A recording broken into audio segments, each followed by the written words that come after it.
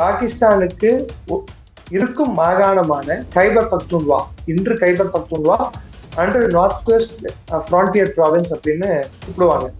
அந்த பகுதி ஆப்கானிஸ்தான் ஒரு ஒரு பகுதியாகத்தான் இருந்தது. இந்த பக்கம் பாகிஸ்தானில் வசிக்கும் பத்தான்களும் அந்த பக்கம் ஆப்கானிஸ்தானில் வசிக்கும் பத்தான்களும் ஒரே இனக்குழுக்களை சேர்ந்தவர்கள் தான், ஒரே இனத்தவர் தான். அந்த இனத்தின் அடிப்படையில், அவர்கள் கலாச்சாரத்தின் அடிப்படையில் அவர்கள் ஆப்கானிஸ்தான் என்றுமே இந்த பிரிவினையை, இந்த நார்த் வெஸ்ட் ஃப்ரான்டியர் ப்ராவின்ஸ் என்ற அந்த தனியாக ஏற்படுத்தப்பட்ட, பிரிட்டிஷால் செயற்கையாக ஏற்படுத்தப்பட்ட பகுதியை ஏற்றுக்கொள்ளவே இல்லை.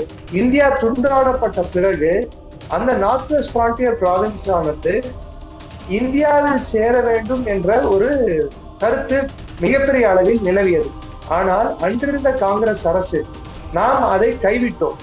ஆப்கானிஸ்தானில் ஒரு பிரச்சனையை கிளப்ப வேண்டும், ஆப்கானிஸ்தான் ஒரு அமளியில் இருந்தால், அங்கே பிரச்சனை ஏற்பட்டால் அப்பொழுது பாகிஸ்தான் அதில் ஊடுருவ முடியும், பாகிஸ்தானின் கைப்பாவையாக ஆப்கானிஸ்தானை மாற்ற முடியும் என்ற ஒரு எண்ணம் பாகிஸ்தான் ஆட்சியாளர்களிடையே நிலவியது. கடந்த 20 ஆண்டுகளில் தாலிபான் கற்றுக்கொண்ட பாடங்கள் நிறைய. அதில் ஒரு முக்கியமான பாடம், பாகிஸ்தானை எக்காரணத்தை கொண்டும் நம்பக்கூடாது. பாகிஸ்தான் யாருக்கு வேணும் என்றாலும் விலை போகும் நாடு. கூலிக்கு மாரடிக்கும் கும்பல் பாகிஸ்தான் ராணுவம். பாகிஸ்தான் ராணுவத்துக்கு அவர்களின் அதிகாரமும் அவர்கள் பணமும் தான் முக்கியம். அவர்கள் ஒரு கூலிப்படை. அவர்கள் இஸ்லாமின் பேரில் அவர்கள் ஊரை ஏமாற்றும் ஒரு சதிகார நயவஞ்சக கூட்டம் என்று தாலிபானை கருதியதால் அவர்களை எதிர்த்து போராட தாலிபான் முடிவெடுத்தது.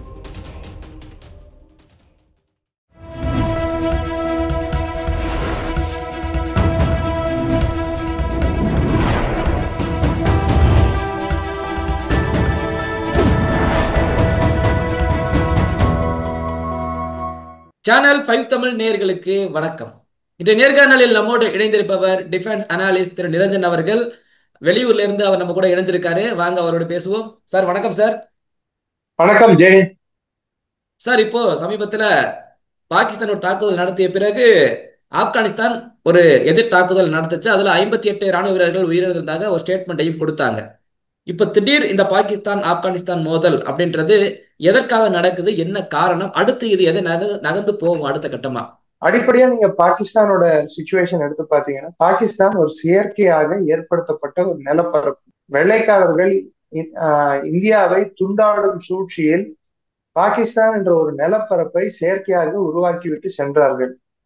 அந்த அடிப்படையில் எடுத்து பார்த்தால், பாகிஸ்தானுக்கு இருக்கும் மாகாணமான கைபர் பக்துன்வா, இன்று கைபர் பக்துன்வா, அன்று நார்த் வெஸ்ட் ஃப்ரான்டியர் ப்ராவின்ஸ் அப்படின்னு கூப்பிடுவாங்க.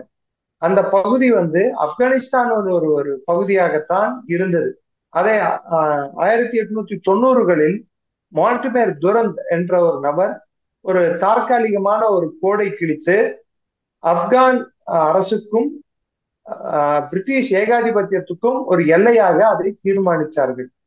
ஆனால் இந்த பக்கம் இருக்கும் பஷ்தூன்கள், அதாவது பத்தான்ஸ் அப்படின்னு சொல்லுவோம் பாத்தீங்களா, பத்தான்கள், இந்த பக்கம் பாகிஸ்தானில் வசிக்கும் பத்தான்களும் அந்த பக்கம் ஆப்கானிஸ்தானில் வசிக்கும் பத்தான்களும் ஒரே இனக்குழுக்களை சேர்ந்தவர்கள் தான், ஒரே இனத்தவர் தான்.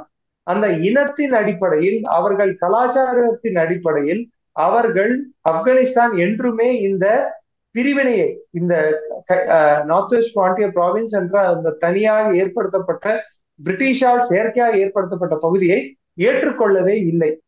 முதல். இரண்டாவது, இந்தியா துண்டாடப்பட்ட பிறகு அந்த நார்த் வெஸ்ட் ஃப்ரான்டியர் ப்ராவின்ஸ் ஆனது இந்தியாவில் சேர வேண்டும் என்ற ஒரு கருத்து மிகப்பெரிய அளவில் நிலவியது. ஆனால் அன்றிருந்த காங்கிரஸ் அரசு நாம் அதை கைவிட்டோம். அவர்கள் குறிப்பிட்டு சொல்ல வேண்டும் என்றால் கான் அப்துல் கஃபார் கான், பாட்ஷா கான் என்று அழைப்பார்கள், அவரை கைவிட்டதால் அன்று 48க்கு 50 என்ற விழுக்காடு, 48 பேர் இந்தியா பக்கம் இணைய வேண்டும் என்றும் 50% பாகிஸ்தான் பக்கம் இணைய வேண்டும் என்றும் மொத்த ஓட்டெடுப்பில், அதாவது எல்லாரும் ஓட்டு எடுக்கல, ஓட்டு போட்டவங்கள 48 பேர் இந்தியா பக்கம் இணையணும், 50 பேர் பாகிஸ்தான் இணையணும் நூலிலே காங்கிரஸ், அன்றிருந்த காங்கிரஸ் அந்த ஓட்டெடுப்பில் பங்கேற்கவில்லை.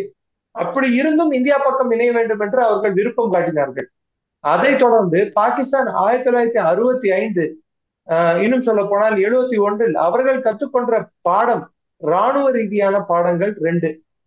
ஒண்ணு, பாகிஸ்தான் வந்து கிழக்கு மேற்கு பகுதிகளில் அது குறுகிய நிலப்பகுதி கொண்ட நாடு. வடக்கு தெற்கு நிலப்பரப்பு அதிகம். பாகிஸ்தான் மேப் எடுத்து பாத்தீங்கன்னா கிழக்குல இருந்து மேற்கு வந்து நிலப்பரப்பு ரொம்ப கம்மி. அந்த கிழக்குல இருந்து மேற்குக்கு இருக்கக்கூடிய நிலப்பரப்பு கம்மியா இருக்கிறதால இந்திய ராணுவம் ராஜஸ்தானை ஒட்டி இருக்கிற பகுதிகள் மூலம் உள்ளே நுழைந்தால், நம் பீரங்கிகள் உள்ளே நுழைந்தால் பாகிஸ்தானை துண்டாட முடியும். அந்த காரணத்துக்காக அவர்கள் ராணுவம் பின்வாங்க வேண்டும் என்றால் அவர்களுக்கு ஏதுவாகவும் அவர்களுக்கு ஒரு அடிவரடியாகவும் இருக்கக்கூடிய ஒரு நிலப்பரப்பு தேவை. இன்னும் சொல்ல போனால் அவர்கள் ராணுவத்திற்கு எக்ஸ்ட்ரா இன்னும் கூடுதல் இடம் தேவை அவர்கள் போர் யுக்திகளை மேற்கொள்வதற்கு. அதற்கு அவர்கள் எடுத்த முன்னேற்பாடுதான் 1975 ஜுல்ஃபக்கிர் அலி பூட்டோ பிரதமராக இருக்கும் போது தாலிபான் என்ற ஒரு அமைப்பை ஏற்படுத்தி, அந்த அமைப்பை வைத்து, அன்று தாலிபான் என்று பெயர் சூட்டவில்லை, அதற்கு பின்னாட்களில் தான் தாலிபான் என்ற பெயர் வந்து சூட்டப்பட்டது. அன்று அவர்கள் ஒரு அமைப்பை ஏற்படுத்தி ஆப்கானிஸ்தானில் ஒரு பிரச்சனையை கிளப்ப வேண்டும், ஆப்கானிஸ்தான் வந்து ஒரு அமளியில் இருந்தால், அங்கே பிரச்சனை ஏற்பட்டால் அப்பொழுது பாகிஸ்தான் அதில் ஊடுருவ முடியும், பாகிஸ்தானின் கைப்பாவையாக ஆப்கானிஸ்தானை மாற்ற முடியும் என்ற ஒரு எண்ணம் பாகிஸ்தான் ஆட்சியாளர்களிடையே நிலவியது. அதற்கு தோதாக 1977 பூட்டோ அரசு கவிழ்ந்த பிற்பாடு ஜெனரல் ஜியா ஆட்சியை கைப்பற்றிய பிற்பாடு, ராணுவ ஆட்சியின் போது 1980களுக்கெல்லாம் சோவியத் அரசு வந்து ஆப்கானிஸ்தான் மீது படையெடுத்தது. படையெடுத்த பின் இந்த எல்லை பகுதிகள் இருக்கு பாத்தீங்களா, இந்த நார்த் வெஸ்ட் ஃப்ரான்டியர் ப்ராவின்ஸ், இன்னும் சொல்ல போனால் பலூச்சிஸ்தான், அங்க இருக்கும் பகுதிகளில் இருக்கும் பெரும்பாலான மதர்சாக்களில் அவர்கள் இந்த முஜாஹதீன், அதாவது சோவியத் ராணுவம் என்பது இறையை, கடவுளை நம்பாத ஒரு ராணுவம். அந்த ராணுவத்தை தோற்கடிப்பது முஸ்லிம்களாகிய நம்ம, அதாவது அவர்களின் முக்கியமான கடமையாக கருதி அவர்கள் ஊடுருவல் செய்தார்கள். அவர்களுக்கு கொடுத்த பேர் முஜாஹதீன். முஜாஹதீன் என்றால் ஃப்ரீடம் ஃபைட்டர்ஸ், சுதந்திர போராட்ட வீரர்கள் என்ற பெயர் சூட்டி அவர்களுக்கு அமெரிக்கா வந்து பக்கபலமாக இருந்து ஆயுதங்களை கொடுத்தார்கள், சவுதி பணத்தை கொடுத்தார்கள், பாகிஸ்தான் அதற்கு பயிற்சி கொடுத்தார்கள். இதற்கு பாகிஸ்தான் எல்லையோரம் இருந்த மதர்சாக்களில் பெரும்பாலான ஆட்கள் திரண்டு வந்து இந்த ஆயுத பயிற்சியும் இந்த எல்லாவற்றையும் கற்றுக்கொண்டார்கள். இன்னும் சொல்ல போனால் அந்த காரணத்துக்காகத்தான் உசாமா பின் லாடன், அப்துல்லா ஆசம், இவர்கள் எல்லாம், குல்புதீன் ஹிக்மத்தியார், அமர் ஷா மசூத் போன்றவர்கள் எல்லாம் ஒன்று திரண்டார்கள் சோவியத் அரசை சண்டை போடுவதற்கு. அதன் பிற்பாதியில் 1980களில் பிற்பாதியில் சோவியத் அரசு 90, 89, 88, 89க்கெல்லாம் பின்வாங்க வேண்டிய கட்டாயத்தில் நேரிட்டது. சோவியத் யூனியன் ராணுவத்தை பின்வாங்கியவுடன் அதற்கப்புறம் ஆப்கானிஸ்தான் உள்நாட்டு போரில் சூழப்பட்டது. அந்த உள்நாட்டு போர் 1996 முடிவுக்கு கொண்டு வரப்பட்டது. அதுவும் பாகிஸ்தான் பின்புலமாக இருந்து செயல்படுத்திய தாலிபான் என்ற அமைப்பு ஆட்சியை கைப்பற்றியது. அப்பொழுதுதான் பாமியானில் இருக்கும் புத்தர் சிலைகளை உடைப்பதும், இன்னும் சொன்ன போனால் 1999 காந்தஹார் ஐஜாக்கு பாகிஸ்தானுக்கு பக்கபலமாக நின்றதும், இதையெல்லாம் அன்றிருந்த தாலிபான் அரசு செய்தது. அப்பொழுது தாலிபான் அரசுக்கு 3 நாடுகள் தான் அங்கீகாரம் கொடுத்தன. ஒன்று வந்து பாகிஸ்தான், 2 சவுதி அரேபியா, மூன்றாவது நாடு UAE. உலகத்தில் வேற எந்த நாடும் அங்கீகாரம் கொடுக்கவில்லை. அப்படி இருந்தும் அந்த அரசானது செயல்பட்டு கொண்டு இருந்தது. பிற்காலத்தில் அவர்கள் உசாமா பின் லாடனுக்கும் அங்கே தஞ்சம் கொடுத்தனர். அதன் விளைவு ட்வின் டவர் தாக்குதல், அதாவது இரட்டை கோபுரத்தை தகர்த்த பின் அமெரிக்கா வந்து நவம்பர் மாதத்தில் படையெடுத்த போது ஆப்கானிஸ்தான் ஆட்சியாளர்களை வற்புறுத்தினார்கள் பாகிஸ்தான் மூலம் உசாமா பின் லாடனை கொடுக்க வேண்டும் என்று, அதாவது கைது செய்து இவர்களிடம் ஒப்படைக்க சொல்லி. ஆனால் தாலிபான் வந்து நாங்கள் யார் எங்களிடம் தஞ்சம் போகிறார்களோ அவர்களை நாங்கள் விட்டுக் கொடுக்க மாட்டோம் என்று சொல்லவே அமெரிக்கா அவர்கள் மீது போர் தொடுக்க நேரிட்டது. போர் தொடர்ந்தது. போர் மூண்ட பிற்பாதியில் என்ன நடந்தது என்பது வரலாறு. அதன் பின் தாலிபான் அரசு அகற்றப்பட்டு அமெரிக்காவின் கட்டுப்பாட்டில் ஆப்கானிஸ்தான் வந்தது. அது 20 ஆண்டுகளாக தொடர்ந்தது. அந்த தொடர்ச்சியில் இன்று இருக்கும் கைபர் பக்துன்வா மாகாணத்தில் புது வடிவத்தில் தாலிபான் உருவானது. அதன் பேர் தான் தேரிகே தாலிபான் பாகிஸ்தான் என்ற ஒரு அமைப்பு. அந்த அமைப்பு ஸ்வாத் வேலி, சமன் வேலி, அதாவது ஃபெடரலி அட்மினிஸ்ட்ரேட் ட்ரைபல் ஏரியாஸ் என்று அழைக்கப்படும்.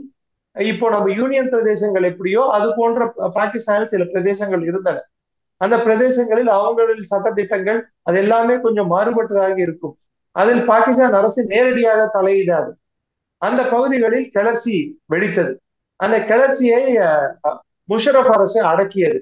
அதன் பிற்பகுதியில் என்ன ஆயிற்று என்றால், ஒபாமா ஆட்சிக்கு வந்த பிற்பாடு ட்ரோன் தாக்குதல்கள் அதிகரித்தன ஆப்கானிஸ்தான் மீது. அதன் பின் ட்ரம்ப் அரசாங்கம் பதவியேற்றவுடன் நான் ராணுவத்தை திரும்ப பெறுவேன் என்ற ஒரு அங்கீகாரத்துடன், இன்னும் சொல்ல போனால் அந்த ஒரு ப்ராமிஸ், ஒரு உறுதிமொழியுடன் ட்ரம்ப் அரசு எங்கெல்லாம் அமெரிக்க ராணுவத்தை நாங்கள் போருக்கு என்று அனுப்பியுள்ளோமோ அதையெல்லாம் நான் திரும்ப பெற போகிறேன் என்ற ஒரு பிரச்சாரத்தை முன்வைத்து ஆட்சியை கைப்பற்றினார். அதன் தொடர்ச்சியாக 2021 தோஹா அக்ரிமெண்ட் படி தாலிபான் அரசுக்கும் அமெரிக்காவுக்கும் நடந்த ஒப்பந்தத்தின்படி தாலிபான் அரசு ஆப்கானிஸ்தானின் உள்நாட்டு பிரச்சனை அவர்களை தீர்த்துக் கொள்ளட்டும் என்ற ஒரு நிலைப்பாடை அமெரிக்கா எடுக்கவே கடைசியில் என்ன ஆயிற்று என்றால், தாலிபான் அரசு இந்த ஆட்சியை கைப்பற்றி அன்று இருந்த ஆட்சியை அகற்றியது. அஷ்ரப் கனி ஆட்சியை அகற்றியது. அன்று அகற்றிய போது மிகவும் சந்தோஷப்பட்டு மனம் குளிர்ந்து, இன்னும் சொல்ல போனால் துள்ளி குதித்து ஆரவாரம் செய்த நாடுகளில் ஒரு நாடு பாகிஸ்தான். அன்றிருந்த பாகிஸ்தானின் ISI general, director general Faiz, lieutenant general Faiz, இன்னும் சொல்ல போனால் அங்கே போய் டீ குடித்தார். நீங்கள் மறந்து விடக்கூடாது. 2021 அங்கே போய் அந்த ஹோட்டலில் போய் டீ குடிப்பதும், அவர்களிடம் பேச்சுவார்த்தை நடத்துவதும், தேநீர் விருந்து அருந்துவதும், என்னவோ அவரின் அரசே, அவருக்கு சாதகமான அரசே வந்துவிட்டது போல் அவர் ஒரு தோற்றத்தை ஏற்படுத்தினார். ஆனால் கடந்த 20 ஆண்டுகளில் தாலிபான் கற்றுக்கொண்ட பாடங்கள் நிறைய. அதில் ஒரு முக்கியமான பாடம், பாகிஸ்தானை எக்காரணத்து கொண்டும் நம்பக்கூடாது. பாகிஸ்தான் யாருக்கு வேணும் என்றாலும் விலை போகும் நாடு. கூலிக்கு மாரடிக்கும் கும்பல் பாகிஸ்தான் ராணுவம். பாகிஸ்தான் ராணுவத்துக்கு அவர்களின் அதிகாரமும் அவர்கள் பணமும் தான் முக்கியம். அவர்கள் ஒரு கூலிப்படை.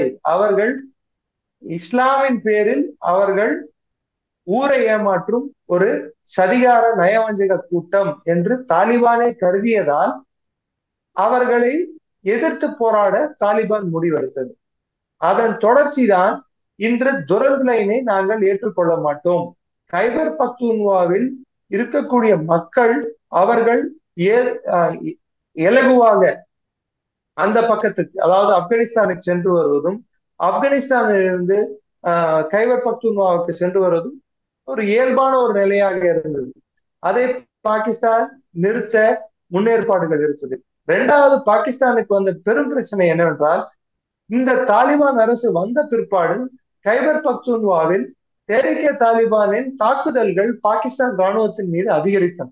ஒரு 20 நாளுக்கு முன்னாடி நீங்கள் நல்ல ஞாபகம் வச்சுட்டு இருக்கலாம், ஒரு கிராமங்கள் மீது பாகிஸ்தான் நள்ளிரவில் குண்டுமழை பொழிந்து பல நூற்று பாகிஸ்தான் மக்களையே கொன்று குவித்த ஒரு வரலாறு பாகிஸ்தான் விமானப்படைக்கு உண்டு. அதே போல் பலூச்சிஸ்தானில் நடக்கக்கூடிய கிளர்ச்சிக்கும் இந்த தாலிபான் தான் ஆயுதங்களை கொடுக்கிறது. ஏனென்றால் அமெரிக்கா பாக்ராமை விட்டு, பாக்ராம் என்பது காபூல் வெளியே இருக்கக்கூடிய ஒரு விமான தளம், ஒரு முக்கியமான ராணுவ விமான தளம். அதில் ஆயிரக்கணக்கான, இன்னும் சொல்லப்போனால் லட்சக்கணக்கான உபகரணங்களையும் போர்க்கருவிகளையும் ஆயுதங்களையும் விட்டு சென்றது. அந்த ஆயுதங்களும் போர்க்கருவிகளும் இன்று பாகிஸ்தானுக்கு சாதகமாக, இன்னும் சொல்லப்போனால் தாலிபானுக்கு சாதகமாகவும் பாகிஸ்தானுக்கும் எதிராகவும் செயல்பட்டு கொண்டு பாகிஸ்தானுக்கு ராணுவத்துக்கு எதிராக இந்த ஆயுதங்கள் இன்று களமிறக்கப்பட்டுள்ளன. அங்கே இருக்கும் பலூச் போராட்ட வீரர்களாகட்டும், இங்கே இருக்கும் தேரிக்க தாலிபான் ஆகட்டும், இதுதான் இதில் பின்புலம். சார், இப்ப நீங்க சொன்னது போல ஆப்கானிஸ்தான்ல இங்க தாக்குதல் நடத்தினாங்க ஒரு காலத்துல அப்படின்னா, இவங்க ஒரு ஸ்டேட்மெண்ட் வைக்கிறாங்க பாகிஸ்தான். இப்போ பாகிஸ்தான் ஆப்கானிஸ்தான் பார்டர்ன்றது 2400 இருந்து 2600 கிலோமீட்டர் வரும், அங்க இருந்து பயங்கரவாதிகள் பாகிஸ்தானுக்குள்ள வர்றாங்கன்னு சொல்லி பாகிஸ்தான் ஒரு ஸ்டேட்மெண்ட் வைக்கிறாங்க. அந்த கருத்தை எப்படி பாக்குறீங்க? சரி, நீங்க கேட்ட கேள்விக்கு, அடிப்படை கேள்விக்கு நான் ஒரு பதில் கேள்வி கேட்கிறேன். யார் பயங்கரவாதி? தாலிபானை உருவாக்குன வரலாறு உங்களுக்கு ஏற்கனவே நான் சொன்னேன், யார் உருவாக்குனாங்கன்னு சொல்லிட்டு. ஒண்ணு. ரெண்டாவது, பாகிஸ்தான் யாரு உலகத்துல இவன் பயங்கரவாதி இவன் பயங்கரவாதி இல்லைன்னு சொல்ற சர்டிபிகேட் கொடுக்கறதுக்கு பாகிஸ்தான் யாராவது உலகத்துல அவங்களுக்குன்ட்டு ஒரு தனி ஸ்கூலு இல்ல காலேஜ் இல்ல யூனிவர்சிட்டி திறந்து வச்சிருக்காங்களா? இப்போ பயங்கரவாதி யாரு இல்ல, இந்த நாடு பயங்கரவாத நாடு, இந்த குழு பயங்கரவாதி குழு, இவங்க பயங்கரவாதின்னு சொல்றதுக்கு பாகிஸ்தானுக்கு யார் உலகளாவிய அங்கீகாரம் கொடுத்திருக்கிறது? இவங்க என்ன ஏதாவது சர்டிபிகேட் கொடுக்கறதுக்கு இவங்களுக்கு ஏதாவது அத்தாரிட்டி இருக்கா? சரி, தாலிபானை உருவாக்கியது யார்? தாலிபானிடம் தேநீர் இருந்தது அருந்தது யார்? தாலிபானுக்கு முதலில் பயிற்சி அளித்தது யார்? எல்லாமே பாகிஸ்தான் தானே. ஜெய்ஷே முகமது என்ன, ஜிஹாதி இஸ்லாமி என்ன? சார், பயங்கரவாதத்தை பேசக்கூடிய தார்மீக உரிமை பாகிஸ்தானுக்கு இருக்கிறதா? அவங்க பயங்கரவாதிகள் சொல்லக்கூடிய யாரெல்லாம் பயங்கரவாதின்னு சொல்றாங்க? விட்டா இந்தியால இருக்கு இந்திய ராணுவத்தையே பயங்கரவாதின்னு சொல்லுவாங்க. அப்ப அதையும் ஏத்துக்கலாமா நம்ம? சி, பாகிஸ்தானை பொறுத்தவரை அவர்கள் ராணுவம் தான் இருக்கிறதுலயே மிகப்பெரிய பயங்கரவாதிகள். அவர்களின் கைப்பாவையாக செயல்படும் அரசாங்கம் இன்னொரு பயங்கரவாதி. என்னைக்கா ஜனநாயக ரீதியில் அங்க தேர்தல் நடந்து அங்க ஆட்சியாளர்கள் யாராவது வந்திருக்காங்களா? இல்ல அந்த ஆட்சியாளர்கள் 5 ஆண்டுகளை முழுமையாக நிறைவு பெற்று அடுத்த தேர்தலை சந்தித்திருக்கிறார்களா? யாரையாவது விட்டு வச்சிருக்காங்களா? சோ, ஜனநாயகம், பயங்கரவாதம் இத பத்தி எல்லாம் பாகிஸ்தானுக்கு பேசுறதுக்கு தார்மீக உரிமை கிடையாது. பயங்கரவாதத்துக்கு தாய் என்று யார் என்று கேட்டால் பாகிஸ்தான். ஜனநாயகத்துக்கு சாபக்கேடு எந்த நாடு என்று கேட்டால் பாகிஸ்தான். சோ, பாகிஸ்தான் ஆப்கானிஸ்தானை பார்த்து, குறிப்பிட்டு தாலிபானை பார்த்து அவர்கள் பயங்கரவாதிகள், அவர்கள் பயங்கரவாதத்தை தூண்டுகிறார்கள் சொல்வதற்கு அவர்களுக்கு தார்மீக உரிமை இல்லை, என்னை பொறுத்தவரை. சார், இப்படி ஒரு சம்பவம் நடக்கிறதுக்கு முன்னாடி ஆப்கானிஸ்தானுடைய அமைச்சர் இங்க இந்தியாவில இருந்துதான் பாகிஸ்தானுக்கு ஒரு எச்சரிக்கையை விடுக்கிறாரு. இந்திய மண்ணில இருந்து அந்த எச்சரிக்கையை விடுத்து இங்கிருந்து அவர் போறாரு, அங்க தாக்குதல் நடக்குது. என்ன காரணம்? இந்தியாவில இருந்து பேச அந்த எச்சரிக்கைக்கு விட காரணம்?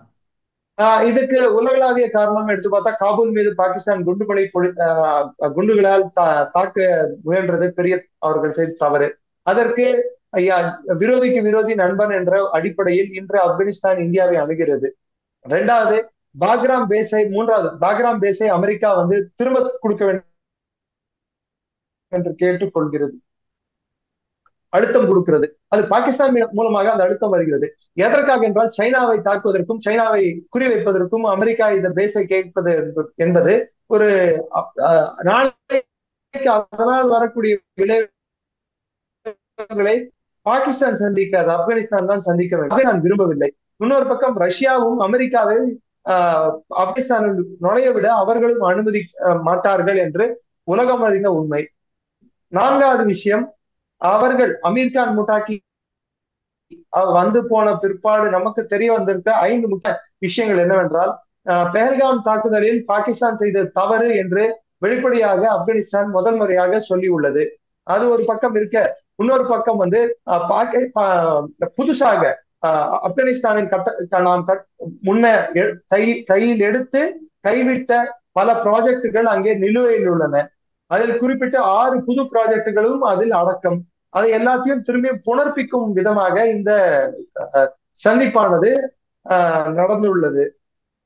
இன்னும் சொல்ல போனால், ஆப்கான் வெளியுறவுத்துறை அமைச்சர் அமீர்கான் முட்டாக்கி இந்தியாவை நெருங்கிய நண்பன் என்று சொல்லியுள்ளார். நாம் இருவரும் பேச்சுவார்த்தை நடத்த வேண்டும், பேச்சுவார்த்தை மூலம் பல விஷயங்கள் நாம் சாதிக்க முடியும் என்று சொல்லி இருக்கிறார். இன்னொரு விஷயம் என்ன பாத்தீங்கன்னா, சைனாக்கும் ஆப்கானிஸ்தானில் ஒரு முக்கியமான ஒரு ஈடுபாடு இருக்கிறது, அதே சமயத்தில் ரஷ்யாவுக்கும் இருக்கிறது. இதில் இந்தியாவை வெளியே வைத்து பார்க்க முடியாது. பாகிஸ்தானை தூரமாக வைத்து பார்த்தால் சைனா, இந்தியா, ரஷ்யாவின் 3 பேரின் குறிக்கோள்களும் அடைய முடியும் என்ற ஒரு நோக்கம் இருப்பதால் இப்பொழுது ஆப்கானிஸ்தான் சைனாவையும் நாடுகிறது, ஆப்கானிஸ்தானையும் நாடுகிறது. இதனால் யுஎஸ்க்கு ஒரு அச்சத்தை ஏற்படுத்த முடியும். அடுத்து ஒரு முக்கியமான விஷயம் நான் சொல்லிக்கொள்ள விரும்புவது, ஆப்கானிஸ்தான் இந்தியா மொத்த பிரச்சனைகளில் ஆப்கானிஸ்தானின் வளர்ச்சி, ஆப்கானிஸ்தானின் பாதுகாப்பு, ஆப்கானிஸ்தான் உள்நாட்டு விஷயங்களை பொறுத்துதான் பாகிஸ்தானுக்கு பிரச்சனைகளை நாம் கொடுத்து கொண்டே இருக்க முடியும். ஒரு பக்கம் இந்தியா ராணுவம் எல்லையில் நின்று அவர்களுக்கு பிரச்சனை கொடுத்தால், இன்னொரு பக்கம் பலூச்சிஸ்தான் பிரச்சனை தொடர்ந்து கொண்டே இருந்தால், ஈரானத்தை கொடுத்து கொண்டிருந்தால், மேற்பகுதியில் ஆப்கானிஸ்தானும் அழுத்தத்தை கொடுத்து கொண்டே இருந்தால் பாகிஸ்தான் திக்குமுக்காடும். நாளை பாகிஸ்தானின் பிரிவினைக்கு இதுவே ஒரு காரணமாக மாறும். இது ஒவ்வொரு இந்தியனுக்கும் இதுதான் நீண்ட கால கனவு. பாகிஸ்தான் துண்டாடப்பட வேண்டிய நாடு, அது ஒரு தீவிரவாத நாடு. அதற்கு நாம் யாரை வேண்டுமென்றாலும் அணுகலாம், எதை வேண்டுமென்றாலும் செய்யலாம். இதுதான் என் கருத்து. ஓகே சார், எங்களுடைய பல்வேறு கேள்விகளுக்கு உங்கள் நேரத்தை ஒதுக்கி பதில் அமைக்க ரொம்ப நன்றி. தொடர்ந்து பேசுவோம். ஜெய், நன்றி.